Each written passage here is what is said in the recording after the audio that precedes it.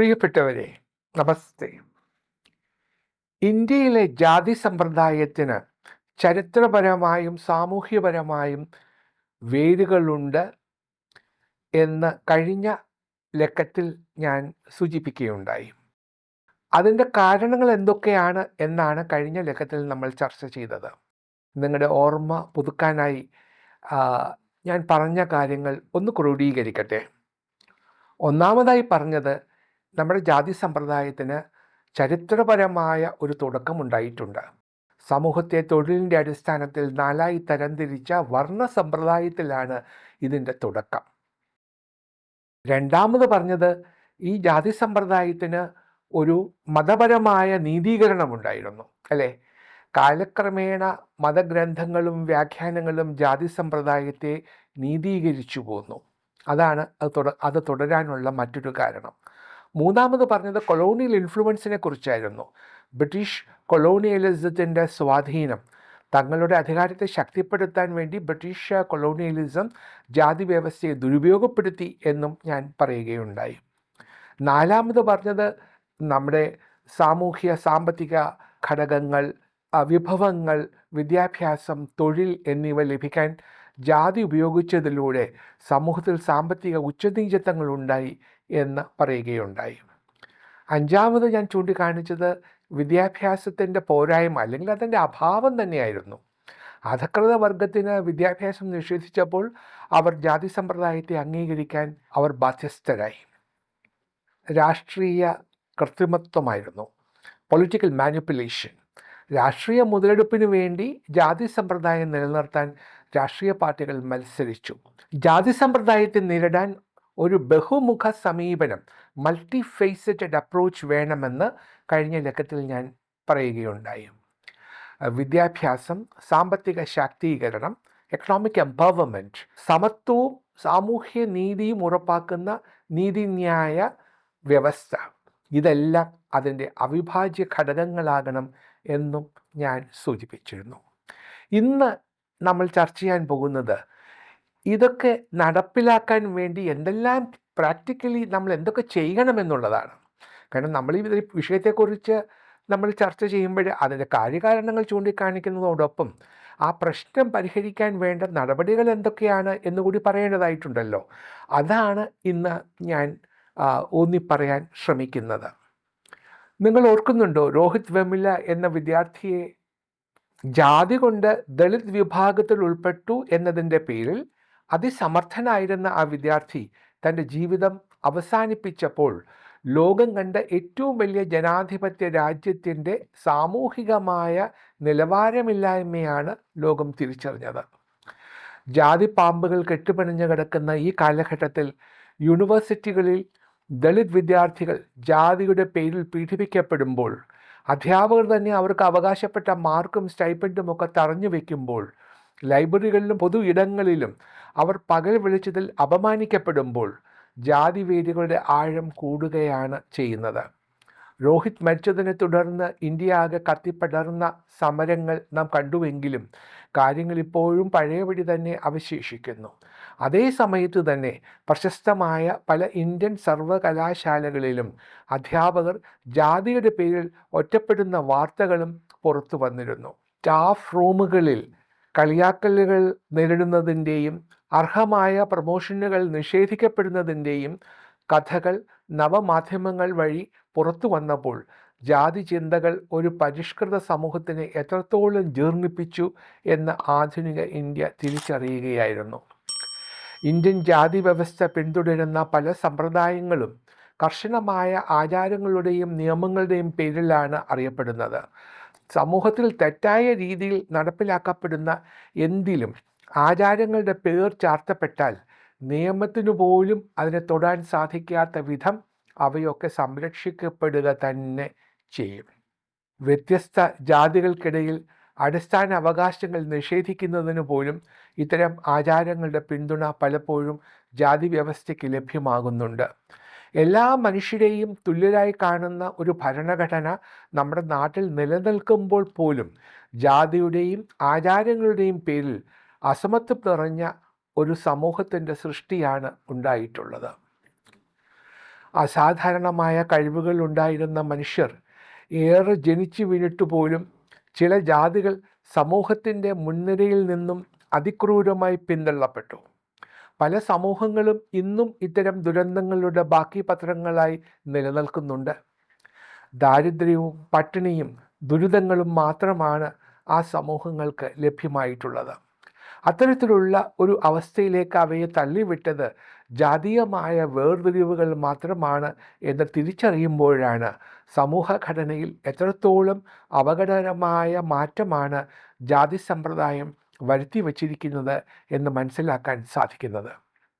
സാമ്പത്തികമായാലും സാമൂഹികമായാലും ഭരണഘടനാപരമായാലും ജാതി ശ്രേണിയിലെ ഏറ്റവും താഴെത്തട്ടിൽ നിന്നിരുന്ന സമൂഹങ്ങൾക്ക് ഒരിക്കലും ഒരു തരത്തിലുള്ള നീതിയും ലഭിച്ചിരുന്നില്ല എന്നുള്ളതും സത്യം മാത്രമായി അവശേഷിക്കുന്നു.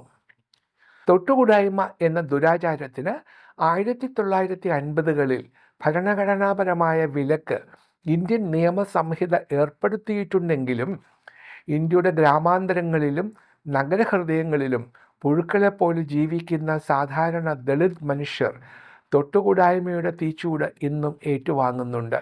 ഇന്ത്യൻ ഗ്രാമീണ ജനതയുടെ 1/6 വരുന്ന ദളിത് വിഭാഗം ഇന്നും ജനിച്ചു വീണ കുലത്തിൻ്റെ പേരിൽ മാറ്റി നിർത്തപ്പെടുന്നു എന്നത് പരിഷ്കൃതർ എന്നഭിമാനിക്കുന്ന നമുക്ക് ഓരോരുത്തർക്കും അപമാനം തന്നെയാണ്.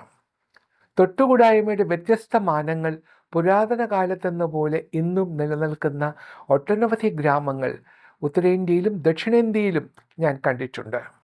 ദളിതർക്ക് മാത്രമായി തയ്യാറാക്കപ്പെട്ടിട്ടുള്ള വ്യത്യസ്ത ഇരിപ്പിടങ്ങളും ദളിതരെ വെള്ളമെടുക്കാൻ അനുവദിക്കാത്ത പൊതു കിണറുകളും ദളിതർക്ക് ചായ കുടിക്കാൻ വേണ്ടി മാത്രം നിർമ്മിക്കപ്പെട്ടിട്ടുള്ള ചായക്കോപ്പുകൾ നിരത്തി വച്ചിരിക്കുന്ന ചായക്കടകളും ഞാൻ കണ്ടിട്ടുണ്ട്. ഇതൊക്കെ ഇന്നും ഭാരത ഗ്രാമങ്ങളിലെ സ്ഥിരം കാഴ്ചയാണ്. ദളിത് വിദ്യാർത്ഥികളെ വിദ്യാലയങ്ങളിൽ ക്ലാസ് മുറികളുടെ ഏറ്റവും പിന്നിൽ നിലത്തിരുത്തുന്ന കാഴ്ചയും നമുക്ക് കാണാൻ സാധിക്കും. ജാതി അടിസ്ഥാനത്തിലുള്ള ഇത്തരം വേർതിരിവുകൾ ക്രിമിനൽ കുറ്റമാണെന്ന് പോലും ഇവർ മനസ്സിലാക്കുന്നില്ല. അങ്ങനെയുള്ളൊരു കാലത്താണ് നാം ജീവിക്കുന്നത്. അതാണ് യാഥാർത്ഥ്യം. ഇന്ത്യയുടെ പല ഗ്രാമങ്ങളിലും ജാതി വിവേചനത്തിൻ്റെ ആരംഭം ഭരണകൂടങ്ങളുടെ തീരുമാനത്തിൽ നിന്നാണ് എന്ന് കേൾക്കുമ്പോൾ നമുക്ക് അത്ഭുതം തോന്നിയേക്കാം. പല ഗ്രാമങ്ങളിലും തിരഞ്ഞെടുക്കപ്പെട്ട ഭരണകൂടങ്ങൾ വൈദ്യുതിയും ശുചിത്വ സൗകര്യങ്ങളും വെള്ളവും പോലെ അടിസ്ഥാന ആവശ്യങ്ങൾ ജാതി അടിസ്ഥാനത്തിലാണ് വിതരണം ചെയ്യുന്നത്. ദളിത് സമൂഹത്തിൽപ്പെട്ട ആൾക്കാർക്ക് മിക്കപ്പോഴും ഇതൊന്നും ലഭിക്കുന്നില്ല എന്നുള്ളതാണ് സത്യം. അവരെ ഒരു പ്രത്യേക അതിർത്തിക്ക് പുറത്ത് നിർത്തുകയും ആ അതിർത്തിക്ക് ഇപ്പുറം മാത്രം ഇത്തരം ആധുനിക സൗകര്യങ്ങൾ പ്രദാനം ചെയ്യുകയും ചെയ്യുന്ന ഭരണകൂടങ്ങൾ ഇന്നും ഭാരതത്തിൻ്റെ ഗ്രാമാന്തരങ്ങളിൽ ഭരണത്തിലിരിപ്പുണ്ട്. മേൽജാതിയിൽപ്പെട്ടവർക്ക് മാത്രമാണ് ഓലമേഞ്ഞ വീടുകളും മെച്ചപ്പെട്ട ജീവിത സൗകര്യങ്ങളും ലഭിക്കുന്നത്. ഒരു ഉദാഹരണം പറയാം. 2001 ജനുവരി 26 റിപ്പബ്ലിക് ദിനത്തിൻ്റെ അന്നാണ് ഇന്ത്യൻ മനസാക്ഷിയെ ഞെട്ടിച്ചുകൊണ്ട് ഗുജറാത്തിൽ ഭൂകമ്പം സംഭവിച്ചത്. 30,000 പേരുടെ ജീവനെടുത്ത ആ ദുരന്തം ലക്ഷക്കണക്കിന് ആൾക്കാരെ തെരുവിലേക്ക് വലിച്ചെറിഞ്ഞു. ഓർക്കുന്നില്ലേ? അന്ന് വരെ സമ്പാദിച്ചതെല്ലാം നഷ്ടപ്പെട്ട് മുകളിൽ ആകാശവും താഴെ തകർന്നടിഞ്ഞ ഭൂമിയും നോക്കി നിന്ന ആ മനുഷ്യർക്ക് വിധി മറ്റൊരു ദുരന്തം കൂടി കാത്തുവെച്ചിട്ടുണ്ടായിരുന്നു.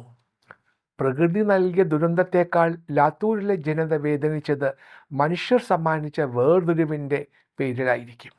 ഗുജറാത്ത് ദുരന്തത്തിൽപ്പെട്ട എല്ലാ മനുഷ്യർക്കും ഒരേ അളവിലുള്ള ദുരന്ത നിവാരണ സൗകര്യങ്ങളും നഷ്ടപരിഹാര തുകയും പാർപ്പിട പുനർനിർമ്മാണ സംവിധാനങ്ങളുമാണ് നൽകേണ്ടിയിരുന്നത്. ശരിയല്ലേ?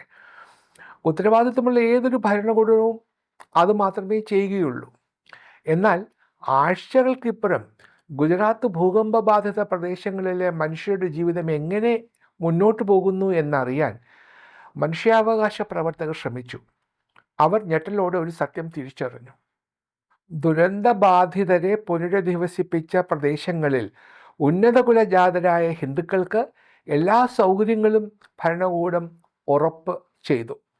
എന്നാൽ ദുരന്തബാധിതരായ ദളിതർക്കും മുസ്ലിങ്ങൾക്കും യാതൊരുവിധ അടിസ്ഥാന സൗകര്യങ്ങളും അവർ ഒരുക്കിയുമില്ല. അതുമാത്രമല്ല, ഉയർന്ന ജാതിയിൽപ്പെട്ട ഹിന്ദു കുടുംബങ്ങൾക്ക് എല്ലാവിധ സൗകര്യങ്ങളും ഉണ്ട് എന്ന് ഉറപ്പുവരുത്താനും അവർ ശ്രദ്ധിച്ചിരുന്നു. പാർപ്പിടവും കുടിവെള്ളവും വൈദ്യുതിയും എന്ന് വേണ്ട അടിസ്ഥാന സൗകര്യങ്ങൾ എല്ലാം തന്നെ രണ്ടായി വിഭജിച്ച് ജാതി അടിസ്ഥാനത്തിൽ തരംതിരിച്ചാണ് നൽകിയത് എന്ന് കേൾക്കുമ്പോൾ ലോക മനസാക്ഷിക്ക് മുൻപിൽ അപമാനിതരായി നിൽക്കാൻ മാത്രമേ ഇന്ത്യൻ ജനസമൂഹത്തിന് സാധിക്കുമായിരുന്നുള്ളൂ. പാർപ്പിടവും കുടിവെള്ളവും വൈദ്യുതിയും എന്ന് വേണ്ട അടിസ്ഥാന സൗകര്യങ്ങളെല്ലാം തന്നെ രണ്ടായി വിഭജിച്ച് ജാതി അടിസ്ഥാനത്തിൽ തരംതിരിച്ചാണ് നൽകിയിരുന്നത് എന്ന് കേൾക്കുമ്പോൾ ലോക മനസാക്ഷിക്ക് മുൻപിൽ അപമാനിതരായി നിൽക്കാൻ മാത്രമേ നമുക്ക് സാധിക്കുമായിരുന്നുള്ളൂ. ഇന്ത്യൻ സ്വാതന്ത്ര്യ സമര വേദികളുടെ മുൻനിരയിൽ ഒരിക്കലും ദളിത് സാന്നിധ്യം ഉണ്ടായിരുന്നില്ല. ഡോക്ടർ BR അംബേദ്കർ എന്ന പ്രതിഭാധനനായ മനുഷ്യൻ സ്വന്തം വംശത്തിൽ പിറന്ന മനുഷ്യജീവികളുടെ വേദനയും ജീവിത വ്യഥകളും തിരിച്ചറിഞ്ഞതിന് ശേഷം നടത്തിയ സന്ധിയില്ലാത്ത സമരങ്ങളാണ് സ്വാതന്ത്ര്യ സമരത്തിൻ്റെ മുൻനിരയിലേക്ക് അവരെ എത്തിച്ചത്.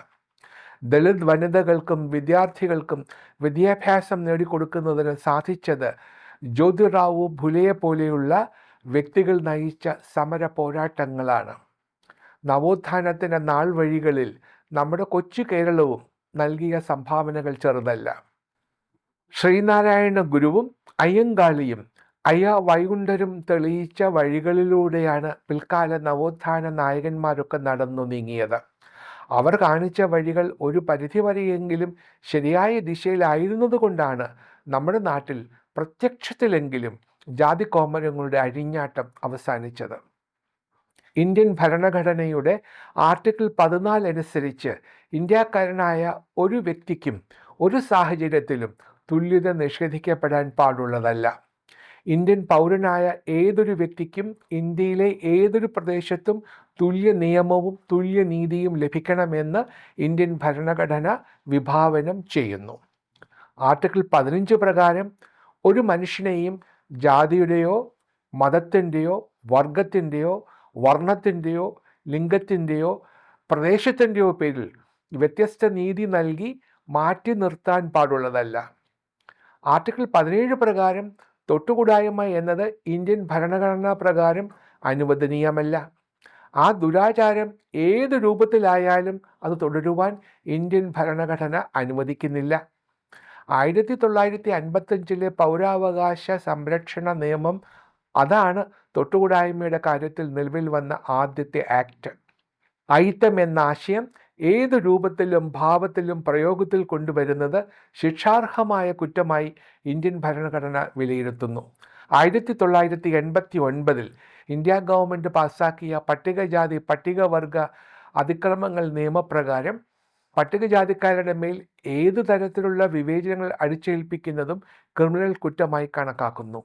ഇത്തരം കുറ്റകൃത്യങ്ങൾ വിചാരണ ചെയ്യുന്നതിനായി ജില്ലാതലത്തിൽ പ്രത്യേക കോടതികൾ സ്ഥാപിക്കുന്നതിനും ഈ നിയമപ്രകാരം വ്യവസ്ഥ ചെയ്യുന്നുണ്ട്. മുന്നോട്ടുള്ള ആക്കത്തിൽ പിന്നിലായി പോയവരെ പിന്നാക്ക വിഭാഗത്തിൽ ഉൾപ്പെടുത്തിക്കൊണ്ട് അവർക്ക് തൊഴിലും സാമ്പത്തിക സംവരണവും നിയമപ്രകാരം അനുവദിക്കുക എന്നുള്ള ആശയത്തിൻ്റെ പുറത്താണ് സംവരണം എന്ന തത്വം ഇന്ത്യൻ ഭരണഘടന അംഗീകരിക്കുന്നത്. ഷെഡ്യൂൾ കാസ്റ്റ്, ഷെഡ്യൂൾ ട്രൈബ് അഥവാ ബാക്ക്വേർഡ് ക്ലാസ് എന്നിങ്ങനെ വിവിധ വിഭാഗങ്ങളായി തിരിച്ചുകൊണ്ട് സംവരണം നടപ്പിലാക്കുവാൻ ഇന്ത്യൻ സമൂഹം തീരുമാനമെടുത്തെടുത്ത് ഒരു തെറ്റുതിരുത്തൽ പ്രക്രിയ ആരംഭിക്കുകയായിരുന്നു. ഇപ്പോഴും ഏറെ വിമർശനങ്ങൾക്കും വാഗ്വാദങ്ങൾക്കും അടിസ്ഥാനമായ ഒരു വിഷയമാണ് സംവരണം. എങ്കിലും പാർശ്വവൽക്കരിക്കപ്പെട്ടു പോയവരെയും അവഗണിക്കപ്പെട്ടു പോയവരെയും ഏതെങ്കിലും തരത്തിൽ പരിഗണിക്കുക എന്ന മാനുഷിക മൂല്യമാണ് സംവരണ തത്വം ഉയർത്തിപ്പിടിക്കുന്നത്. ഇത്തരത്തിൽ പല നിയമങ്ങളും സംവിധാനങ്ങളും തത്വങ്ങളും ആശയങ്ങളുമൊക്കെ സമൂഹത്തിൽ പ്രചരിപ്പിക്കപ്പെടുകയും അത് നിലനിൽക്കുകയും ചെയ്യുന്നുണ്ടെങ്കിൽ പോലും ഇന്നും ദളിതർ രണ്ടാം തരം പൗരന്മാരായിട്ടാണ് കണക്കാക്കപ്പെടുന്നത്. ഉന്നത കുലജാതനായ അധ്യാപകൻ്റെ ഗ്ലാസ് ഉപയോഗിച്ച് വെള്ളം കുടിച്ച വിദ്യാർത്ഥിയെ അതേ അധ്യാപകൻ തല്ലിക്കൊന്നു എന്ന വാർത്ത പത്രങ്ങളിലൂടെ നാം വായിച്ചറിഞ്ഞിട്ട് അധികകാലമായില്ലല്ലോ. ഇന്ത്യൻ സമൂഹത്തിൻ്റെ വിവിധ തുറകളിൽ ആഴത്തിൽ വേരോടിപ്പോയിട്ടുള്ള ജാതി വ്യവസ്ഥയുടെ ഒരിക്കലും മായ്ക്കാനാകാത്ത ചിന്തകളാണ് ഇന്നും ഇത്തരത്തിലുള്ള വിവേചനങ്ങൾക്ക് കാരണം. നാഷണൽ ക്രൈം റെക്കോർഡ്സ് ബ്യൂറോയുടെ കണക്കുകൾ പ്രകാരം ദിനംപ്രതി 80 മുതൽ 90 വരെ കേസുകളാണ് ഇത്തരത്തിൽ രജിസ്റ്റർ ചെയ്യപ്പെടുന്നത്. എല്ലാം ജാതീയമായ വിവേചനത്തിൽ അടിസ്ഥാനമായിട്ടുള്ളവ. 2021 മാത്രം പട്ടികജാതി പട്ടികവർഗ പീഡന നിരോധന നിയമപ്രകാരം 50,900 കേസുകളാണ് രജിസ്റ്റർ ചെയ്യപ്പെട്ടത്. ഇവയെല്ലാം തന്നെ ദളിതർക്കും ആദിവാസികൾക്കും നേരെ നടത്തപ്പെട്ടിട്ടുള്ള വിവേചനത്തിൻ്റെയും അതിക്രമങ്ങളുടെയും കഥകൾ പറയുന്ന കേസുകളാണ്. പോലീസ് FIR രജിസ്റ്റർ ചെയ്യപ്പെട്ട കേസുകളാണ് ക്രൈം റിപ്പോർട്ട്സ് ബ്യൂറോയുടെ കണക്കുകളിൽ വരിക എന്നിരിക്കെ റെക്കോർഡ് ചെയ്യപ്പെടാതെ പോയവ എത്രയായിരിക്കുമെന്ന് നമുക്ക് ഊഹിക്കാൻ പോലും കഴിയുകയില്ല. കാരണം ഇത്തരത്തിൽ ജാതി വ്യവസ്ഥ ആഴത്തിൽ വേരോട്ടമുള്ള ഒരു സമൂഹത്തിൽ ജാതീയമായ വേർതിരിവ് നേരിടുന്ന അടിച്ചമർത്തപ്പെട്ട വിഭാഗത്തിൽപ്പെട്ട എത്ര പേർ കേസുകളുമായി മുന്നോട്ടു പോയി വീണ്ടും അതിക്രമങ്ങൾക്ക് തലവെച്ചു കൊടുക്കാൻ തുനിയും? നാഷണൽ ക്രൈം റെക്കോർഡ്സ് ബ്യൂറോയുടെ കണക്കുകൾ പ്രകാരം ദിനംപ്രതി 80 മുതൽ 90 വരെ കേസുകളാണ് ഇത്തരത്തിൽ രജിസ്റ്റർ ചെയ്യപ്പെടുന്നത്. എല്ലാം ജാതീയമായ വിവേചനത്തിൽ അടിസ്ഥാനമായിട്ടുള്ളവ. 2021 മാത്രം പട്ടികജാതി പട്ടികവർഗ പീഡന നിരോധന നിയമപ്രകാരം 51,000 കേസുകളാണ് രജിസ്റ്റർ ചെയ്യപ്പെട്ടത്. ഇവയെല്ലാം തന്നെ ദളിതർക്കും ആദിവാസികൾക്കും നേരെ നടത്തപ്പെട്ടിട്ടുള്ള വിവേചനത്തിൻ്റെയും അതിക്രമങ്ങളുടെയും കഥകൾ പറയുന്നവയാണ്. പോലീസ് FIR രജിസ്റ്റർ ചെയ്യപ്പെട്ട കേസുകളാണ് ക്രൈം റിപ്പോർട്ട്സ് ബ്യൂറോയുടെ കണക്കുകളിൽ വരുന്നത്. അപ്പോൾ നമുക്ക് ഊഹിക്കാം ഇതിൽ നിന്നും വരാത്ത എത്ര കേസുകളുണ്ട് എന്നുള്ളത്. അങ്ങനെയെങ്കിൽ യഥാർത്ഥ കേസുകളുടെ എണ്ണം 51,000-ൻ്റെ 10 മടങ്ങ് വരും എന്ന് നിസ്സംശയം നമുക്ക് പറയാൻ സാധിക്കും.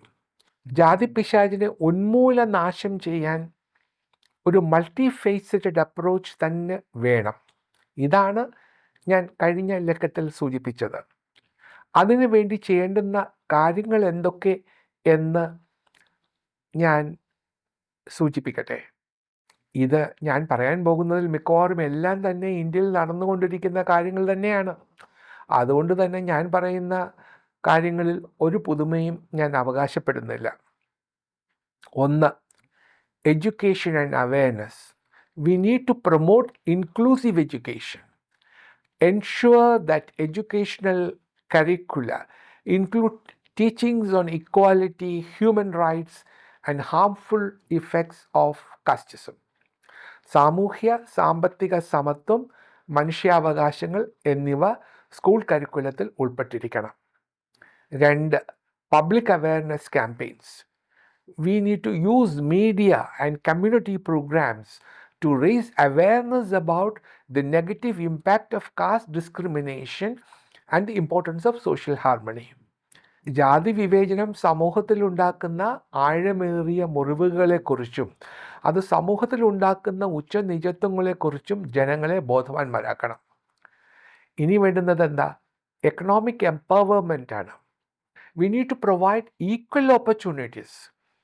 We need to implement policies that ensure equal access to employment, resources, and economic opportunities for all, irrespective of caste.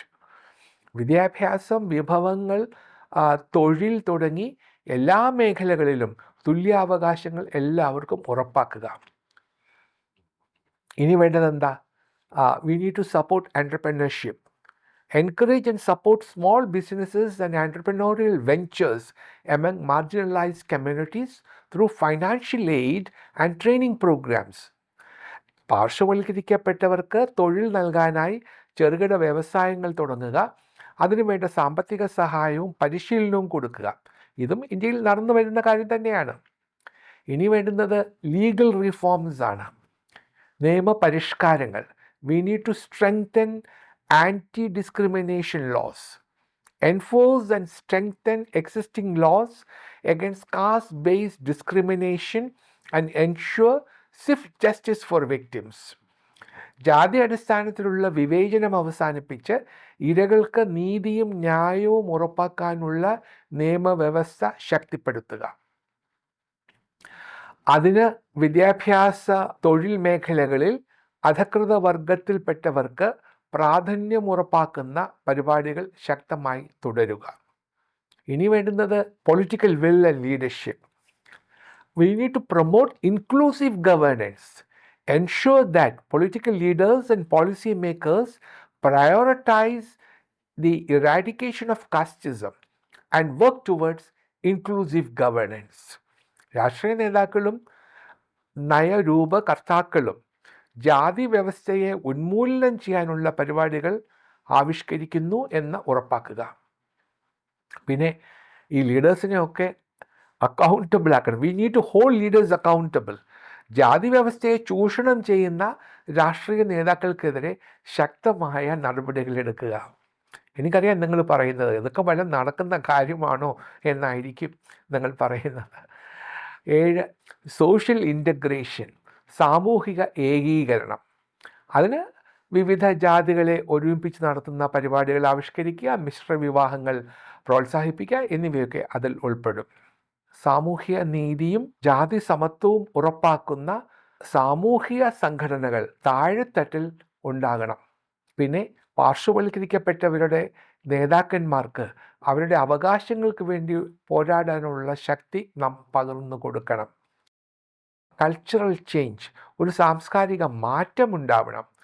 സാഹിത്യവും സംഗീതവും കലയുമെല്ലാം ജാതി വ്യവസ്ഥയെ തോൽപ്പിക്കാനുള്ള പണിയായുധങ്ങളായി മാറ്റിയെടുക്കണം. മാതൃകാ പുരുഷന്മാരെ പ്രോത്സാഹിപ്പിക്കുകയും വേണം. ഇനി വേണ്ടുന്നത് ഇൻ്റർനാഷണൽ കൊളാബറേഷൻ, അന്താരാഷ്ട്ര സഹകരണം ഉണ്ടാവണം. മറ്റ് രാജ്യങ്ങളിൽ സാമ്പത്തിക അസമത്വങ്ങൾ എങ്ങനെയാണ് മാറ്റുന്നത് എന്ന് നാം പഠിക്കുകയും അത് ഇവിടെ അനുവർത്തിക്കുകയും വേണം. We need to learn from global practices. We need to collaborate with international organizations and countries that have successfully tackled social inequalities to learn best practices and strategies. ജാതി വിവേചനത്തെ ഉന്മൂലനാശം ചെയ്യുന്നത് ദുർഘടം പിടിച്ച ഒരു പ്രക്രിയ തന്നെയാണ്. എല്ലാ വിഭാഗങ്ങളും ഒരേ മനസ്സോട് പ്രയത്നിച്ചാൽ മാത്രം സാധ്യതമാകുന്ന ഒരു ലക്ഷ്യം. വിദ്യാഭ്യാസപരമായും സാംസ്കാരികപരമായും ഇന്ത്യയിലെ ഇതര സംസ്ഥാനങ്ങളിൽ നിന്നും വ്യത്യസ്തരാണ്, വലിയ ഔന്നത്യമുള്ളവരാണ് നമ്മൾ എന്നാണ് നമ്മളൊക്കെ കരുതുന്നത്. ഇവിടെയും ജാതീയമായ വേർതിരിവുകൾക്ക് കുറവൊന്നുമില്ല എന്നുള്ളതാണ് സത്യം. അതാണ് യാഥാർത്ഥ്യം. ഇന്നും കേരളത്തിലെ ഉന്നത വിദ്യാഭ്യാസ മേഖലയിലും സമൂഹത്തിൻ്റെ മറ്റു തുറകളിലും ജാതീയമായ വേർതിരിവ് ഏറ്റുവാങ്ങുന്ന പലരെയും നമുക്ക് കാണാൻ കഴിയും. അവരിൽ ചിലരെങ്കിലും ചങ്ക് തകർന്ന് ഉള്ളുലഞ്ഞ് ഉച്ചത്തിൽ വിലപിക്കുമ്പോൾ മാധ്യമങ്ങളും ജനശ്രദ്ധയുമൊക്കെ കുറച്ചു കാലത്തേക്ക് അങ്ങോട്ട് തിരിയും. ശേഷം വീണ്ടും എല്ലാം പഴയപടിയാകും. നാം സാംസ്കാരികമായും ചിന്താപരമായും ഉയർന്ന സമൂഹമാണ് എന്ന മിഥ്യാധാരണയിൽ മറ്റു സംസ്ഥാനങ്ങളിൽ നടക്കുന്ന ജാതി അതിക്രമങ്ങളെ അപലപിച്ചുകൊണ്ട് കേരളീയരും മുന്നോട്ടു പോകും. പക്ഷേ സമൂഹത്തിൻ്റെ നാഡീഞരമ്പുകളിൽ, അതിൻ്റെ മജ്ജയിലും മാംസത്തിലും രക്തത്തിലുമെല്ലാം അലിഞ്ഞു ചേർന്ന് കിടക്കുന്ന ജാതി വ്യവസ്ഥ എന്ന ചിന്ത വേരോട് പിഴുതെറിയുക എന്നത് അസംഭവ്യമല്ല, എങ്കിലും അതികഠിനമാണ് എന്നുള്ളതാണ് യാഥാർത്ഥ്യം. അടുത്ത ആഴ്ച നമുക്ക് വീണ്ടും കാണാം.